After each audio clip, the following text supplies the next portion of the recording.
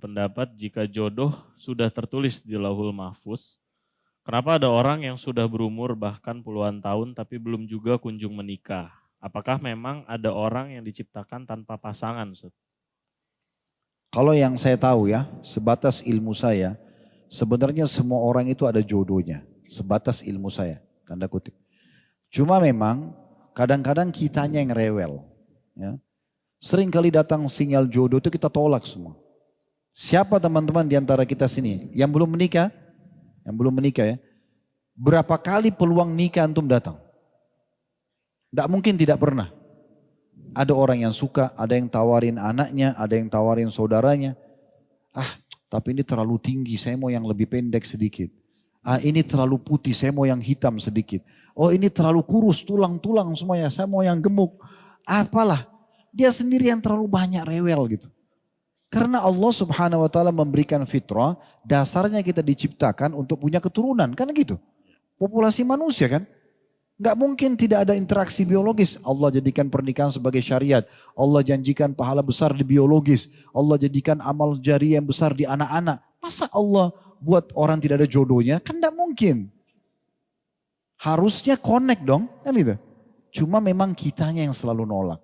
Mungkin dalam kehidupan kita sudah 10-20 orang kita tolak semuanya. Padahal sebenarnya kalau datang sinyal itu jangan buru-buru nolak. Ya. Coba sholat istikharah dulu.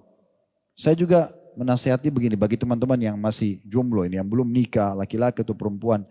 Jangan terlalu idealis dalam meletakkan kriteria pasangan. Karena terlalu banyak nonton film Korea lah atau film apalah. Akhirnya terlalu idealis. Harusnya seperti itu rambutnya, harusnya seperti itu matanya. Itu cuma satu di Korea, nggak ada di Indonesia. Nggak usah antum cari di sini. Terlalu jauh ke sana, makanya Guddul Basar turunkan dari itu udah. Kalau datang, sholat. Coba bayangkan waktu Nabi SAW melamarkan Julaibib radhiyallahu anhu. Julaibib orang yang jelek secara fisik, masyhur begitu. Ya. Bukan kita jelekin, memang dalam riwayat disebutkan Julaibib jelek secara fisik. Orangnya kurus, pendek, kulitnya gelap. Begitu.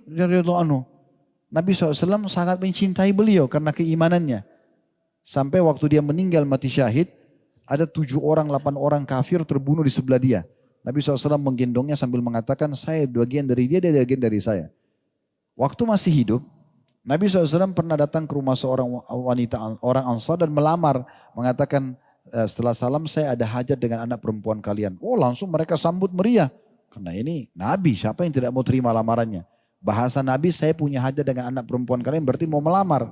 Lalu Nabi SAW mengatakan, bukan buat saya, tapi buat Julaibib. Begitu dengar Julaibib, kedua orang tua perempuan itu bilang, tunggu sebentar.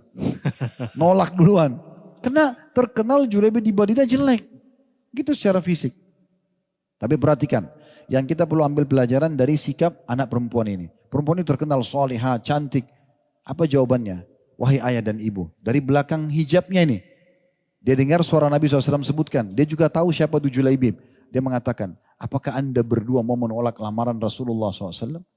Ini yang lamar Nabi, gak usah lihat Julaibibnya. Kalau Nabi yang datang berarti ini sesuatu yang mulia.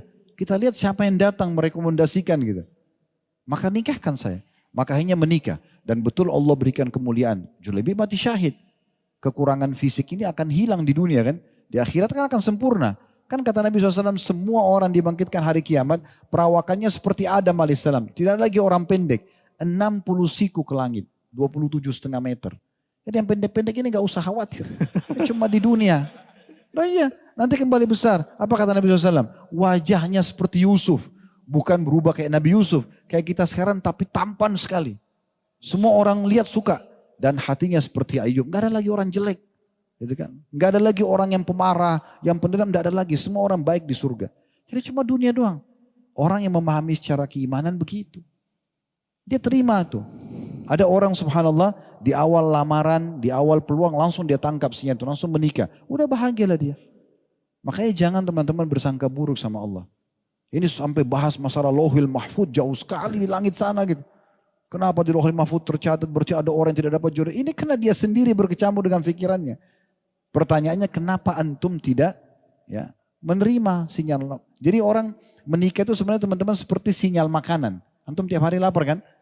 Dapat tuh, ada peluang, lapar nih. lewat rumah makan Padang, lewat rumah makan apa Sunda, tinggal antum pilih mau makan yang mana, kan gitu. Yang penting laparnya hilang. Nah seperti itu. Nah begitu juga jodoh itu.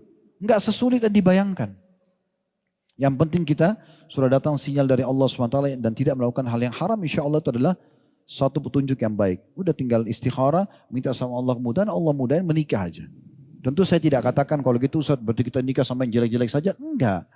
Ya. Tapi Allah akan datangkan orang yang pantas gitu kan. Insya Allah yang paling cocok. Saya setelah berumah tangga baru saya sadari, oh ternyata memang dari sekian pilihan Allah kasih ini mungkin yang paling cocok. Karena ada kesamaan di beberapa hal. Oh ini mungkin yang terbaik lah yang Allah sudah pilihkan. Kita bersangka baik dengan Allah SWT. Karena bisa saja baik bagi kita belum tentu baik buat Allah Subhanahu Wa Taala. Allahu a'lam. Semoga majelis kita diberkahi oleh Allah.